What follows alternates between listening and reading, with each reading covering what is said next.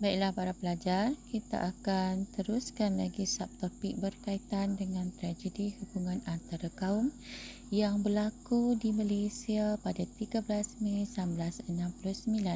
Kali ini kita akan lihat bagaimana kerajaan menangani isu ini, dari pelbagai aspek.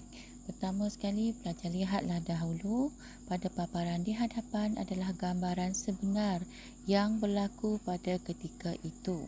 Jadi pelajar boleh bayangkan betapa tegangnya situasi ketika itu, terutamanya melibatkan hubungan kaum Melayu dan Cina.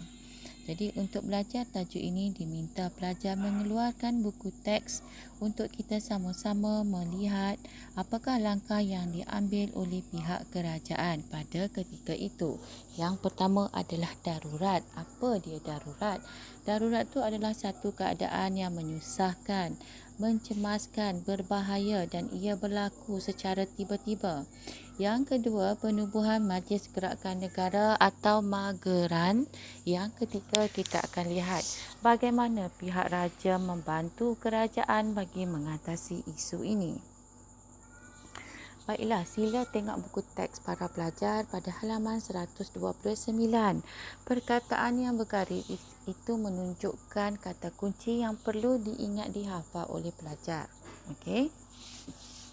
Okey, langkah yang pertama adalah darurat, di mana darurat ini diisytiharkan oleh Yang di-Pertuan Agong pada 16 Mei 1969 dan ia berkuat kuasa di seluruh negara.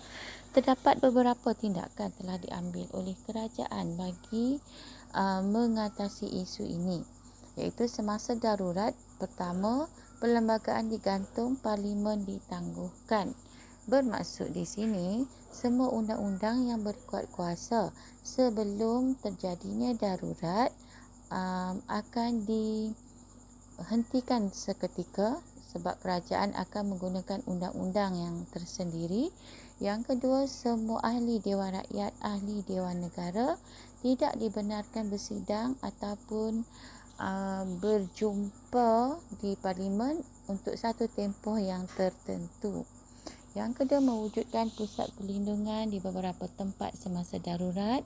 Yang ketiga, pihak polis telah mengenakan semua sekatan perintah berkurung, iaitu orang ramai hanya diminta tinggal di rumah masing-masing dan tidak dibenarkan keluar.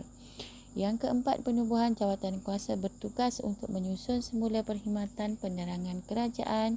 Dan yang kelima, semua berita dari pihak media ditapis bagi memastikan kesahihannya. Kesahihannya maksudnya berita yang benar-benar berlaku, berita yang betul, berita yang bukan tipu. Kemudian kita tengok yang ke-6, 7 dan 8. Maksudnya ada 8 tindakan pada zaman darurat, masa darurat diisytiharkan. Kerajaan juga memastikan bekalan makanan diperoleh penduduk terutama di pusat perlindungan. Jadi kita dah dengar kerajaan tubuhkan beberapa pusat perlindungan. Siapa sebenarnya yang duduk dalam pusat perlindungan? Mereka adalah, tengok nombor 7, mangsa rusuhan. Semua mangsa rusuhan telah ditempatkan di 2 tempat, iaitu di Stadium Merdeka dan di Tiong Nam Settlement. Dan yang ke-8, pihak berkuasa memagar kawasan Kampung Baru dan menjadikannya kawasan perintah berkurung yang besar. Ingat balik, perintah berkurung itu apa? Di mana semua penduduk tidak dibenarkan keluar dari rumah. Duduk di rumah masing-masing. Seterusnya, Majlis Gerakan Negara atau Mageran, yang mana ia telah diperkenankan. Perkenankan maksudnya persetujuan. Penubuhannya mendapat persetujuan daripada Yang di-Pertuan Agong dan diketuai oleh Tun Abdul Razak Husin. Dipengerusikan tu maksudnya diketuai oleh Tun Abdul Razak Husin. Ahlinya terdiri daripada pegawai perkhidmatan awam, pegawai tinggi polis dan tentera. Kemudian Mageran ini diberi kuasa memerintah dari tahun 16 Mei 1969 sehinggalah 23 Februari 1971.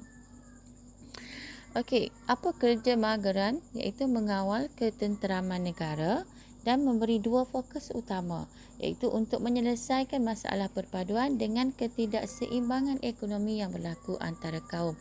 Pelajar boleh rujuk halaman 130 di dalam buku teks dan tolong ingat perkataan yang bergaris adalah perkataan yang penting. Okey, jika ada soalan bertanyakan siapakah ahli mageran, maka pelajar tengok gambar ni baik-baik. Ada 4 tokoh yang cikgu tandakan. Kerana apa 4? Ini adalah nama yang senang diingat. Pelajar pernah belajar mengenai mereka dan pelajar biasa dengar nama tersebut. Yang pertama, Tun Abdul Razak Hussein. Yang kedua, Vitis Sambatan. Yang ketiga, Tan Siew Sin. Dan yang keempat, Tun Abdullah Ahmad Badawi. Okey, kita ada 4 orang yang pelajar boleh tulis namanya, boleh hafal namanya jika ada soalan berkaitan dengan ahli mageran. Okey, kemudian kita lanjutkan lagi pada halaman 130 juga. Apakah kerja ataupun tanggungjawab mageran? Tanggungjawab maksudnya kerja, maksudnya tugas. Okey, dia ada 6 tugas. 1, mengembalikan keamanan dan undang-undang. Okey, kena jadikan tanah Melayu kita, tanah air kita ni aman, tidak lagi berlaku huru-hara. Yang kedua, menentukan pentadbiran yang licin dalam negara. Yang ketiga, mengembalikan keharmonian dan kepercayaan antara kaum dalam negara. Melayu, Cina, India dan kaum-kaum lain diharapkan dapat hidup dalam keadaan yang harmoni, tiada prejudis, tiada prasangka antara setiap kaum tu. Okey, yang keempat, menggantung sementara penerbitan semua akhbar sehingga negara kembali tenang. Yang kelima, menguatkuasakan Akta Hasutan 1948 dan yang keenam, Jabatan Penerangan menapis berita palsu dan menerangkan apa usaha kerajaan untuk mengatasi rusuhan kaum 1969.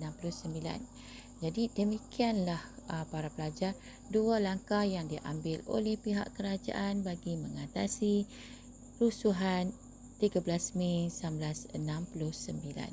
Sekian, terima kasih.